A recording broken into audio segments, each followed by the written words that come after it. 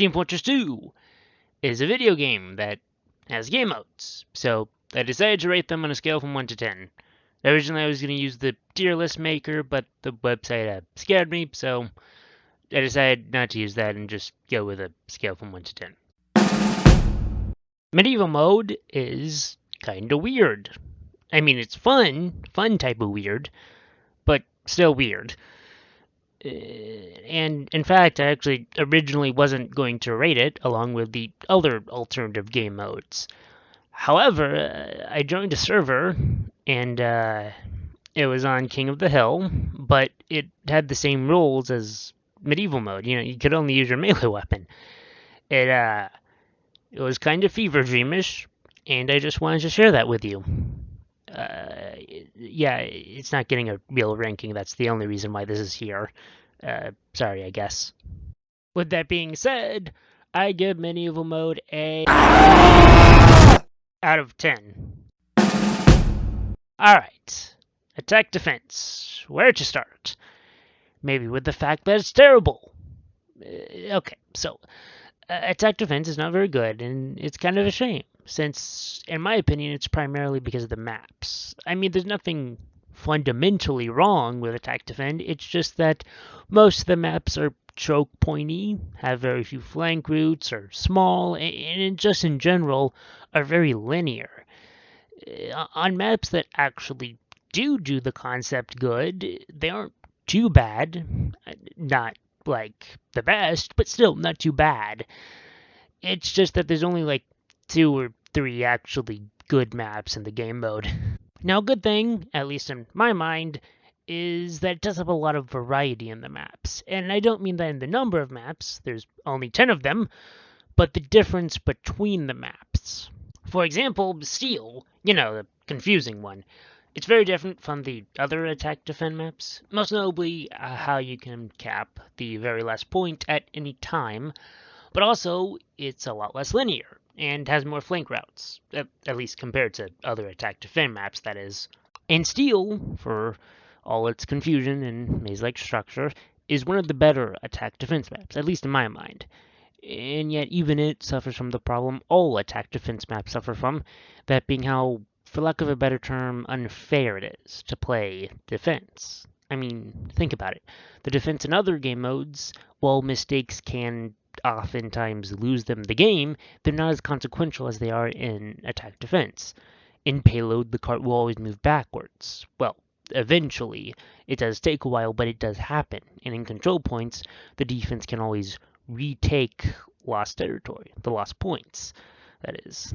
The result from how hard the defense's mistakes are punished is that attack defense maps will be more choke pointy than the average TF2 map, or just in general, the map will have a probably unfun gimmick in order to slow the game down and actually allow the defense to defend. And it does do its job, just in a way that's incredibly frustrating to the offense. But like I said in the beginning, I don't really think there's any unavoidable fundamental problem in attack defense. I just think that it requires creative and unique map design that isn't really present in the current selection of attack defense maps. All in all, attack defense is a game mode that has potential that I think not a lot of people see. But despite said potential, it is very annoying and frustrating to play because of how the majority of the maps in this game mode are terrible. So, in my opinion, it deserves a score of 5 out of 10. King of the Hill, or, as I like to call it, the Universal Game Mode.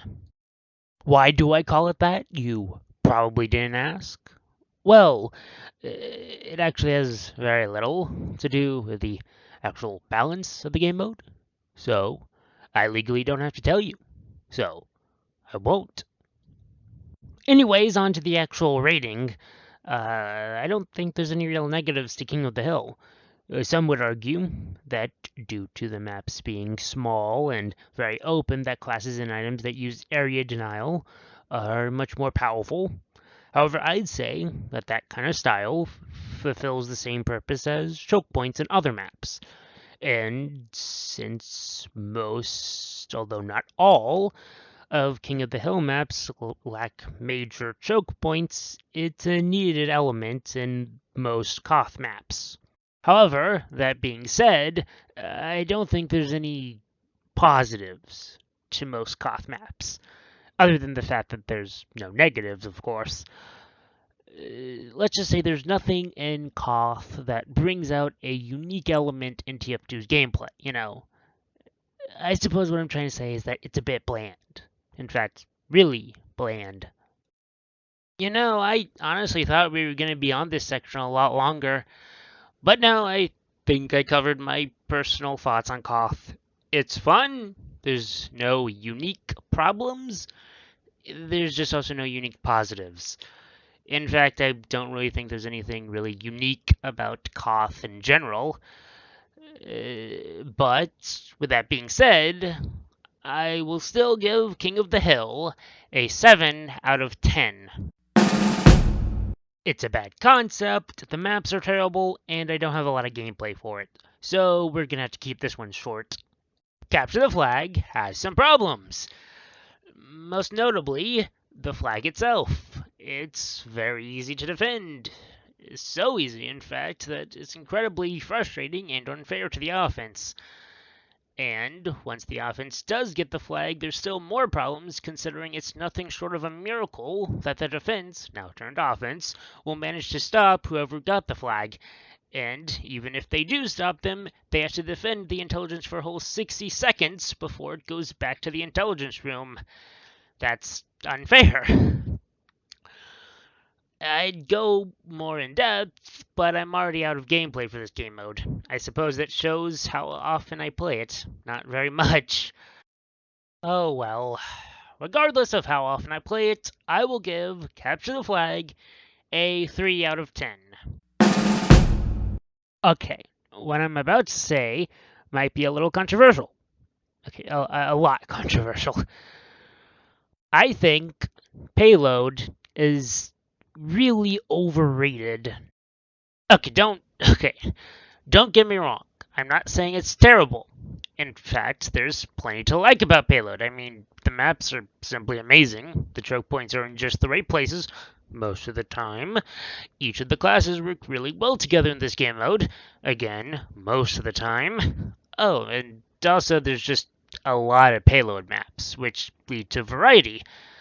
In fact, don't quote me on this, but I think Payload has the most maps of any game mode. Just going off the top of my head. However, the thing is that everything I just said has a big exception to it. Like, you know how I said that the maps are generally well designed? Well, most of them fall victim to one or both of two main faults. First things first, the sniper sightlines. They're atrocious on most of the Payload maps and can kind of just take the fun out of some otherwise pretty great maps. But that's just kind of what happens when maps are both simultaneously long, linear, and open.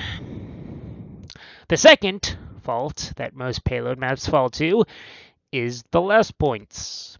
They're very small, usually have a million different choke points, and furthermore, the defense has very quick access to the supply lockers. All these factors together make defending the last point very easy to the point where it's unfair to the offense. Most of the time, anyways. Then there's how the classes work in this game mode, which is done decently, it's well designed as it is in most game modes. However, I do think it has a major problem, at least in my mind. That being how limiting it can be to play certain classes or playstyles within the classes. I mean, have you ever played offensive scout? Well, it's not exactly the best time. Your job is to push the cart to the next choke point, then wait until your team has a Uber or a banner, and then continue to push the cart. And don't get me wrong, there are maps that will allow you to have a more aggressive playstyle as Scout. And if you're skillful and creative enough, Scout still has plenty of potential on even the most choke pointy maps. However, I would like to say that from my experience, these are the extreme outliers, and very rare. In conclusion, I'd like to say that Payload in general punishes several ways of playing Team Fortress 2 through sheer bad game design, and that's just my opinion. Of course, all game modes and maps will encourage certain ways of playing the game and limiting others. This is just a byproduct of having very different maps and game modes. However, in my experience, in other game modes, it's difficult and ineffective to play certain playstyles, while in Payload, it's essentially a step below impossible. With all that being said, though, I do understand that all game modes have their problems, and also a lot of people enjoy Payload for some reason I can't fathom. Furthermore, some problems of this game mode are more so a byproduct of imbalances in other parts of the game. However, in order to focus on the game mode itself and the fact that explaining what I believe to be problems in other parts of the game that affect Payload would require more detail and explanation than I'm willing to give at this moment. All in all, I shall give Payload a 8 out of 10. By higher than what you would expect, considering that I took far longer explaining my problems with Payload than the others. But I suppose fun factor truly is a greater part of the ranking than I give it credit for. And also, I'm just kind of spiteful at the fact that people keep playing it. Control Points is surprisingly weird for what it is, in both gameplay and name. Like, seriously.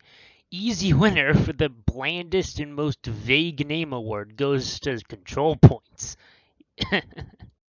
Also, one more thing before we get into the real review. Does anybody know why the tag thing on the name of the maps in Attack Defense are the same for the ones in Control Points? Like seriously, it's bugged me since I started playing the game. It's just pet peeve, I guess. Whatever, it doesn't matter, I guess. Right, Control Points. The stalemate one is better than a lot of people say it is. But with that being said, it does have its faults. However, in order to show my bias, I will go over what I see as its pros first. Like, for example, I think that relative to the other game modes, Control Points encourages a wider variety of classes and playstyles. This, in my opinion, comes from how the defense works in this game mode. Namely, how in other game modes the defense is trying purely to defend, preserve what territory they have. While in Control Points, the defense is not only trying to do that, but also trying to regain the initiative and become the offense again. The end result, in my opinion, is being able to be effective as more playstyles than most other game modes. On top of that, the maps, although they have their problems, which I'll get into in a second, like I said, we're doing the positives first, are pretty good, if kind of formulaic. However, the formula is pretty good, with the formula basically being having 5 control points, with each being kind of their own little arena, and each of the control points being connected by choke points. However, on the control points being their own different arena part, this often means the geometry of each of the control points varies greatly, not only between maps, but also within the map itself, which offers creative positioning options. Also, generally speaking, the sniper sight lanes are the least obnoxious in this game mode, at least from my experience. Then there's the negatives, of which front and center is the stalemates, of course. The overwhelming amount of stalemates in this game mode are kind of a byproduct of the game mode not really being implemented correctly, in my opinion. Control points are supposed to play really aggressively, with risky flanks and bold attacks that, if succeeded, would of course allow you to win the point, and if failed, would leave the other team with an advantage, as your team now probably has a hole in the defense. And if this had worked out, it would lessen the stalemates in this game mode significantly. However, it doesn't work like this in practice because the game mode doesn't do anything to encourage this way of playing. Now, to be fair, it also doesn't do anything to outright discourage it either. It effectively relies upon the players balancing the game mode themselves and making logical decisions in the game. And the average TF2 player having an IQ that's not in the single digits, and none of those things are going to happen, Alright, though, that's enough about stalemates, I guess. Because believe it or not, there are actually more problems to control points than just stalemates. There's also the maps. I touched on this a bit before, but it's worth revisiting that control point maps are rather formulaic. The maps, if you pay attention at least, can start to feel a bit similar. I mean, think about how each of the midpoints have roughly the same amount of entrances across the maps. Furthermore, the maps are, well, symmetrical. And, well, okay. I get it. The reason why behind these things are mostly balance related to make it more fair, but it does lead to a lack of variety, which can make the maps a bit bland. And I mean, if you look at the one control point map that does make some changes, Powerhouse, which I don't think I have any gameplay of, unfortunately, it's a stalemate mess with games lasting hours at a time. I'm sure you know. So I do understand why it is this way. It's just a bit annoying that it's so, well, boring and bland it can get. Okay, so control points overall is a good game mode. Sure, there's plenty of problems with there being a lot of stalemates both as a result of the match and during the match, and yes, the stalemates is a byproduct of other, arguably bigger problems with the game mode, mostly from how the map layout works, but there's also plenty of good things about control points, like how the offense and defense can go back and forth, effectively switching roles. This has an appeal all on its own, but it also has the side effect of creating more situations, which allow to create more variety in playstyles, at least in a more or less casual setting, at least. All in all, Control Points has a terrible name, mediocre maps, and better gameplay than most people get it credit for. So with that being said, I will give it a 8 out of 10. Yes, I know it's biased, but what can I say? I like the game mode. And just kind of wish people would stop picking Payload all the...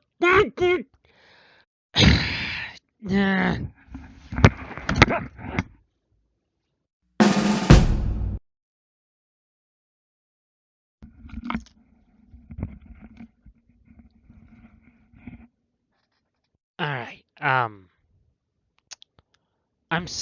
sure about that.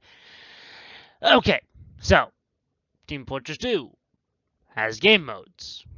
Most of them are pretty good, bringing their own unique quirks to the game. Of course, they aren't perfect, but nothing is. So yeah. Oh, I know there are the alternative game modes. I understand they exist, but honestly, I don't play them at all. Also, I've already spent way too much time on this mediocre at best video, so yeah. Thanks for watching.